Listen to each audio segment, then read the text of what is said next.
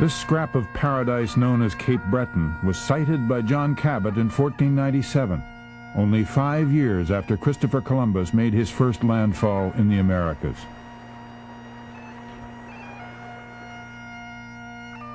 Claimed by the French as part of Acadia, it became British after the fall of Louisbourg. Today, Cape Breton Highlands National Park preserves some of the landscape that two displaced peoples found here, the Scots and the Acadians.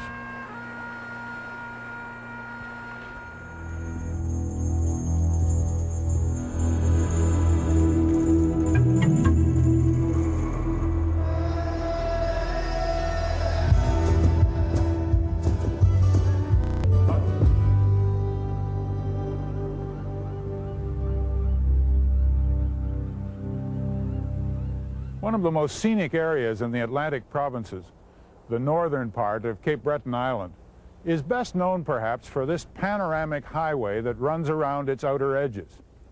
The highway, the Cabot Trail, encloses Cape Breton Highlands National Park, remarkable for its geological, biological, and cultural diversity. In the age of the automobile, however, the Cabot Trail often overshadows the park itself.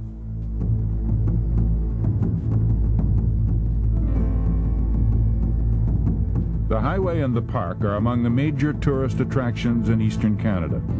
The park's 958 square kilometers offer impressive variety.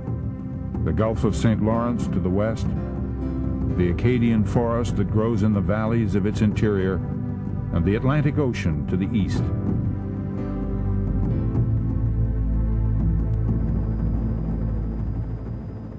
For the people who lived along this rugged coastline, the construction of the first Cabot Trail in 1932 meant profound change.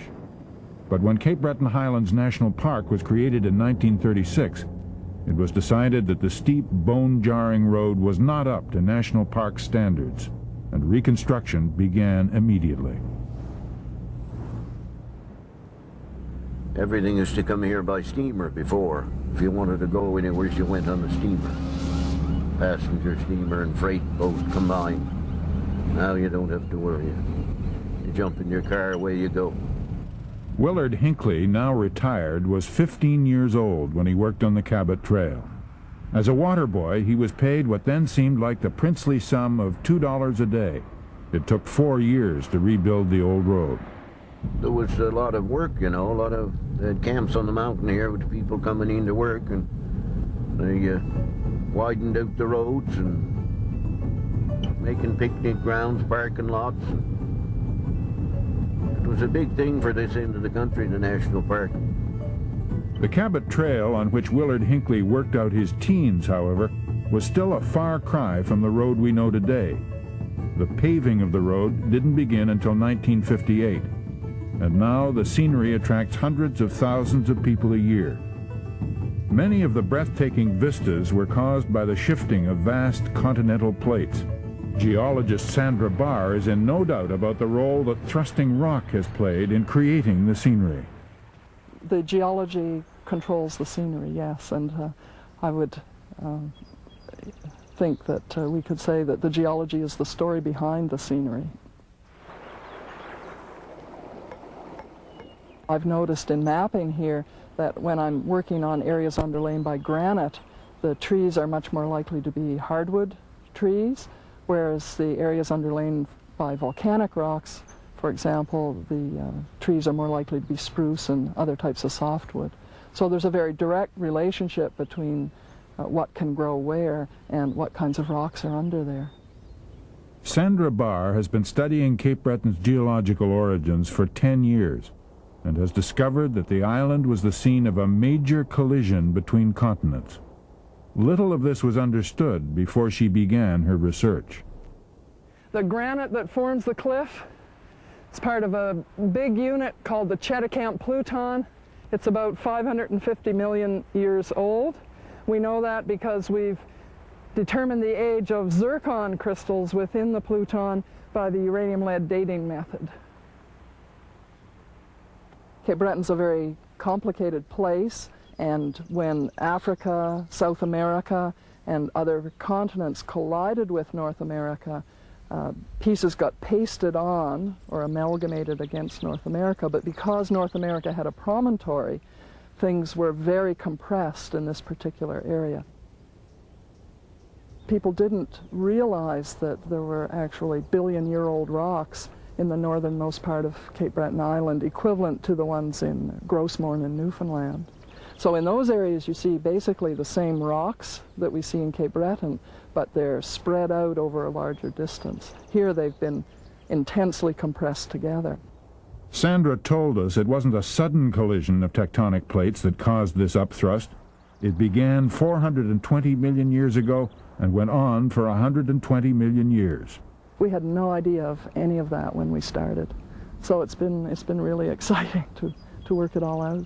And it's come together like blocks in a puzzle, you know. Each summer of mapping added a new piece, and I guess it all came together for us about 1990, about halfway through the work, but then we had to prove it.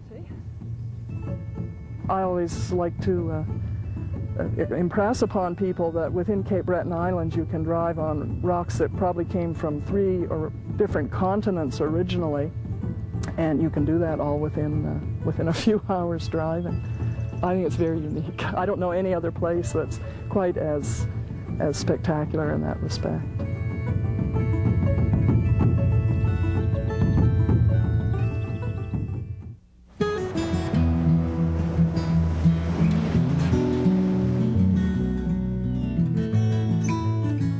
Alexander Graham Bell, the great Scottish-born inventor who died at his Cape Breton home in 1922, felt very strongly about this island. I have seen the Canadian and American Rockies, he once wrote, the Andes and the Alps and the Highlands of Scotland. But for simple beauty, Cape Breton outrivals them all. The park was designed for the Cabot Trail, for the automobile to come around and you stop every now and then, enjoy the scenery, take a picture, go for a little walk, have a picnic, catch a fish, get back in your car and continue the tour. Nowadays we're getting a lot more requests for people that want to hike from place to place and spend more time getting to know the park and the wilderness here more intimately. Some of the things that people miss by staying on the Cabot Trail is how the scenery can make you feel. They'll stop at a look-off and take the picture, and if you start to stay at one of our look-offs for any length of time, after a while you start to feel sort of small, and people sometimes find that frightening, like, my goodness, this place is starting to feel overwhelming, and they get right back in their car and turn on the radio and drive some more. When you experience the park on your own foot, just going where your heart tells you to go, then you really feel what this place is all about and what it means to you. Dave knew just the place to show us what he meant about getting out of the car and walking. Grand Ants Valley contains 1,500 hectares of old-growth forest. The oldest trees in here around 400 years, and in the canopy, the dominant trees are around 200, 300 years old. And this is in the whole world, this is the largest protected tract of this kind of forest. And what is an Acadian old-growth forest? I mean, what kind of trees and growth does that involve? Well, the hardwood forests, extend from, southern Canada, Ontario, and Quebec, and New England states up to here. And in the Maritimes, the mixture is very much sugar maple with some red oak and a lot of yellow birch and some beech. And that mixture of trees is what's referred to as the Acadian hardwood forest. So this would include some very old trees, wouldn't it? Oh yes, in this forest here, there are trees that are 400 years old, and most of the large trees that we see here in the canopy making up the forest are over 200, 300 years old. And it took 10,000 years of generations of this forest to produce the type of forest that we're enjoying today. You say it took 10,000 years. Why so long? Well, the glaciers cleaned everything off, and then when they melted back 10,000 years, it was just bare ground here. And